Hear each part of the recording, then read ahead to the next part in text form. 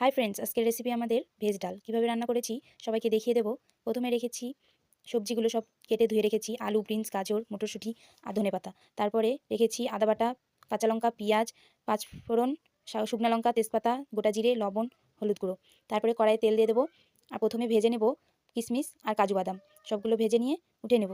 তারপরে আলুগুলো ভেজে নেব। আলুগুলো একটু হালকা ভাজা হয়ে গেলে মটরশুঁটি দিয়ে দেবো, মটরশুঁটিগুলো ভাজা হয়ে গেলে তুলে নেব।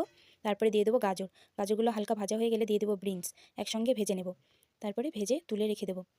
তারপরে দিয়ে দেবো কড়াইয়ে ফোড়ন, তেজপাতা, শুকনো লঙ্কা, দিয়ে দেবো গোটা জিরে। গোটা জিরে ফুটে আসলে দিয়ে দেবো পাঁচফোড়ন, পাঁচফোড়ন দিয়ে তারপরে দিয়ে দেবো পেঁয়াজ, তারপরে দিয়ে দেবো কাঁচা লঙ্কা, দিয়ে ভালোভাবে নেড়ে চেড়ে একটু ভেজে নেব।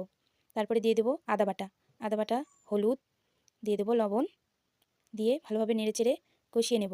দিয়ে দেবো সামান্য একটু জল, মশলাটা যেন না লেগে যায়। তারপরে কষিয়ে নিয়ে দিয়ে দেবো